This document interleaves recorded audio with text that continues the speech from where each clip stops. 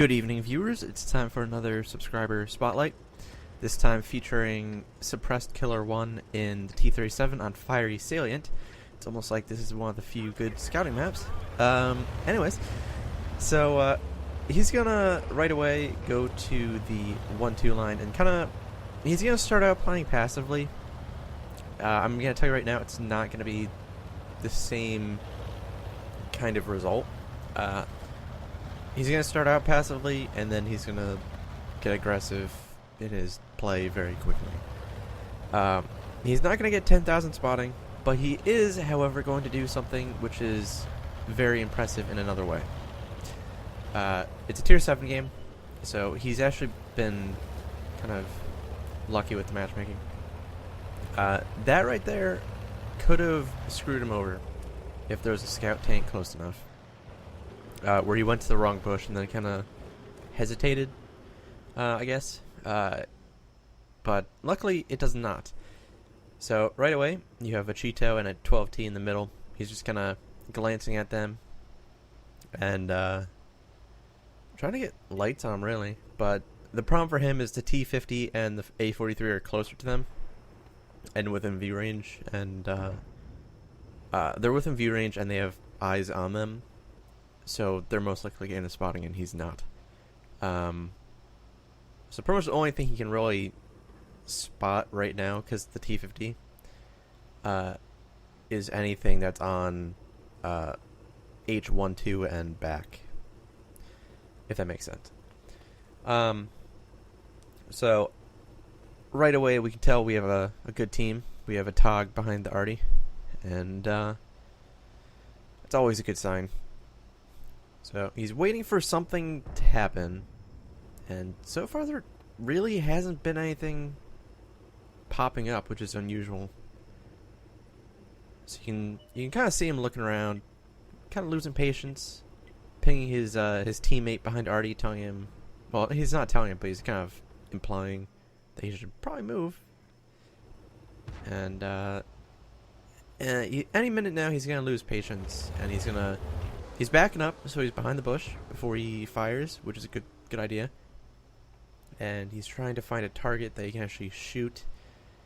And the T37 is moving, and it's hull down behind a ridge, so not the easiest of targets, really.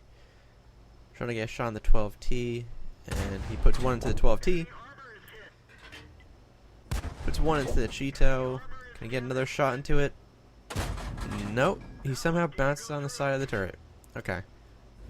Strange. So he's going for the T37, which again, there's a tree in the way, so it makes it hard to tell where it exactly is. And it's hull down. So he misses that one. Puts another into the Cheeto. Cheeto's backing off. The problem now is they haven't really spotted much of the enemy team, despite having 50% of the map. That, however, is a problem. The A43 came over to his side of the road and just got killed by a T1 Heavy. So there is, in fact, a T1 Heavy in the back, hidden somewhere. So he's playing cautiously again. Try to use cover, see if it's going to move forward and pop up. Decides it's not going to. So he starts to move forward, but the Cheeto popping up kind of makes him hesitate. So the T29 moving forward now, he's gonna try and find a bush and see if he can light anything that pops up.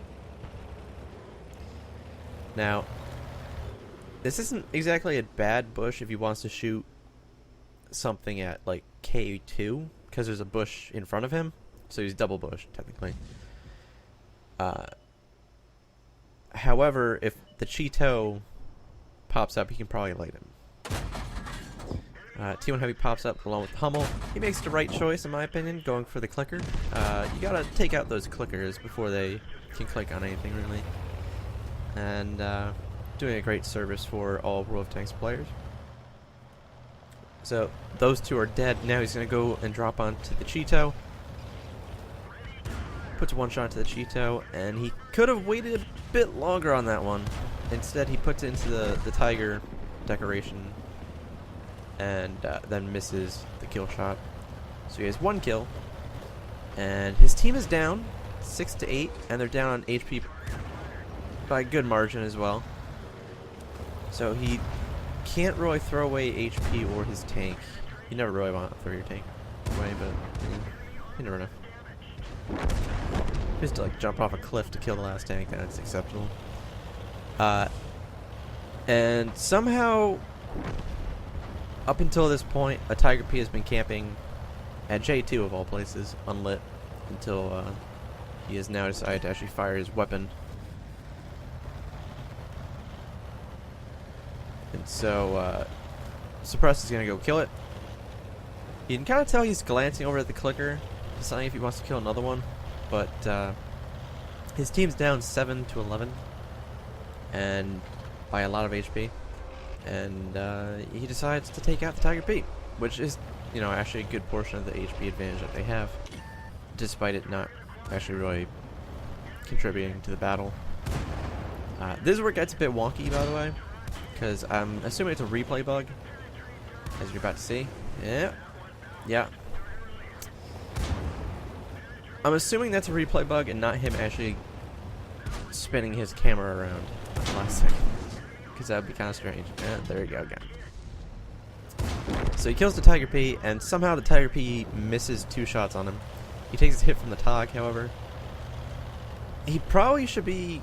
He's already been shot from the middle of the map, so he should probably try going to low ground on the 1 line instead of driving down the road itself, really.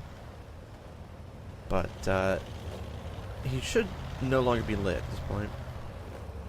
So he has the choice of either going back to base and defending it, or killing the clicker, which, honestly speaking, killing the clicker might be the better choice at this point, due to the fact that if, you know, he does defend the base, if he gets lit, the clicker could potentially one-shot him. The only real factor to this is once he kills the arty, he has to get back to base in time to actually defend before they cap him, which could be a problem. So he puts one into the arty, gonna make a mistake right here. Yeah, can't quite get up there. So he's gonna take the ramp and kind of gets a bit lucky here. Puts another into the GW Panther. GW Panther misses by quite a bit and doesn't one-shot him. And he kills Artie. Now, he has a problem because 1, he just got shot by a Tog, which is in the middle. And 2, they have 2 people on the base. And it's already at 60%, which is a problem. So he can't really fuck around all that much. He needs to get back to base. And this is... He's kind of lucky that one of them gets off the cap, because this could have easily cost him the game, as you're about to see. So he killed the Tog, and he just got really lucky there, and he's gonna get quite a bit of luck from here on out as well. So keep in mind that one of them got off the cap. There's only 2 on the cap, and 1 reset himself. He just now got lights on the Churchill, and he can easily out view range it, so he puts 1 into it with what I think it was 2 seconds left on the cap. So if they didn't jump off the cap, they would have easily capped him out by now. And they honestly should have capped it out even quicker than that, as you're about to see in a second after he kills the Churchill. So 1 more shot on the Churchill, and it's dead. So now they have 1 more capper. He has to find it and kill it, and it's a Chaffee, pretty low HP as well, so he should be able to kill it. And he's using auto aim right now, which he probably would have been better off manually aiming that, to be honest, because he missed 1 shot and bounced another, I think it was. So he wasted a couple rounds. And he's down to 7 rounds, which could be a bad thing, but it's actually going to turn out to be a good thing for the end result, as you're going to see in a little bit. Spoilers. So he kills the Chaffee finally, And the Jagdpanzer, which was sitting outside the cap, finally decides to get into the cap, where if he did that initially, they would have actually won the game. Because, you know, puppy logic. Why cap when you can sit outside the cap? So now, he can easily out-view range the Jagdpanzer in theory. Somehow gets lit by the Jagdpanzer before actually lighting it. There's no reason. So he's gonna pop up, try shooting it, which is kind of a iffy choice. And he's gonna make another mistake here. He's gonna cross right in front of it when he already got lit further back by the Jagdpanzer. And that's not the only mistake he's gonna make. He gets it lit and he slows down behind a bush. Oh boy. Takes a big hit there. Also getting tracked, has to waste his repair kit, which, you know, could be a problem if he gets tracked and doesn't die, or his gun breaks. And he has a side shot. He should really be going for the track there. Doesn't go for the track. Gets another shot into it before having to back off. And now he has a choice. He could continue doing peekaboo. He could take the long route and pop up on the tracks, or he could do, in my opinion, a smart move and go behind these bushes, spot it, back up, double bush, and then just lay into it. Which it looks like he's going to do, but as you're about to see in a second, he goes to this bush, doesn't quite spot the Jagdpanzer, so he's now pretty much given up on the bushes, which, in my opinion, when it's 1v1 and you're a one-shot and they aren't, isn't the best move, especially when you can, in theory, out-view range them, and you have better camo. So he goes back to the peekaboo, which is very, very iffy, very chancy. Doesn't go for the track again, which could have killed him. Jagdpanzer fires at nothing. He pops up, puts one into it. Jagdpanzer does it again for some reason, but it fires again. He has one shot to do it, and he kills it. Now, really good result. Really good result. A lot of damage. 8 kills. Faden's medal, I believe, and Kolobanov's. However, you could make the case that he could have played the last few minutes of the battle better, just due to the fact that he was kind of playing a game of risk with the hill peaking, or the ridge peaking at the end with the Jagdpanzer, and not going for the track, just going for the side shot, when he could have just, you know, double bushed or tracked it the 2 times. Just my opinion, really. Still a really good result, but it could have been safer, I guess you could say.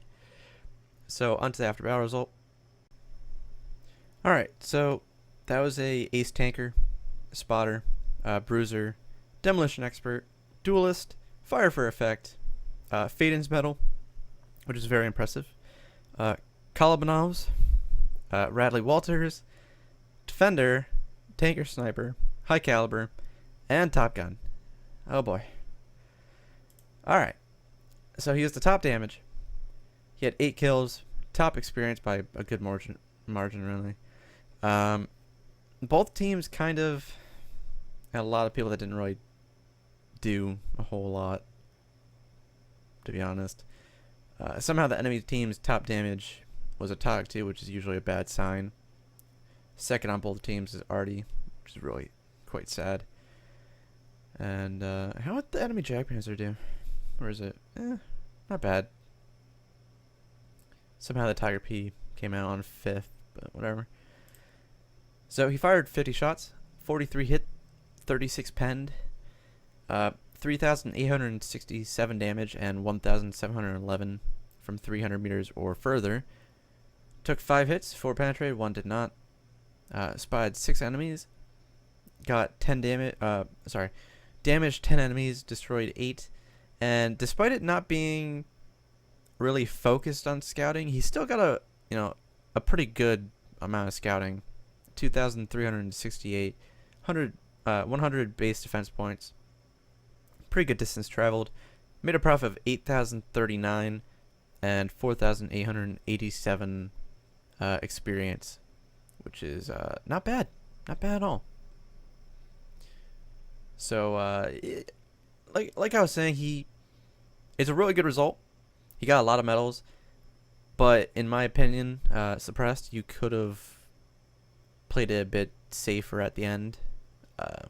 You still got the good result, but you could have conserved more HP, I guess. He kind of hesitated at certain moments. Just my opinion after watching it. So there's that. Hopefully you enjoyed the video, and I'll catch you next time.